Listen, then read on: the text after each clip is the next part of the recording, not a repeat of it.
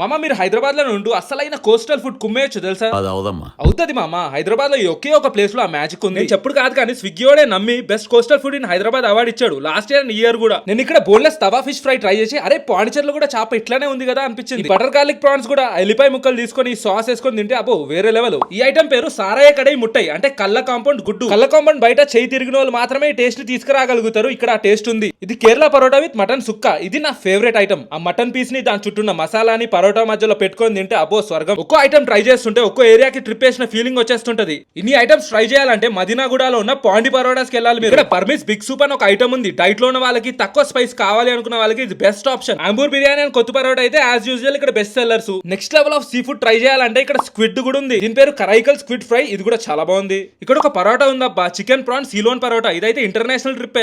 ఎందుకంటే ఇది Sri Lankan variety. కానీ నేనే చెప్పలేను, కానీ మీరే మదీనాగూడలో ఉన్న పాండి పరోటాస్ కి ప్లాన్ చేసేయండి. వీడియోని సేవ్ అండ్ షేర్ చేసుకోండి అండ్ ఇలాంటి మోర్ కాంటెంట్ కోసం పేజ్ ని ఫాలో చేయండి.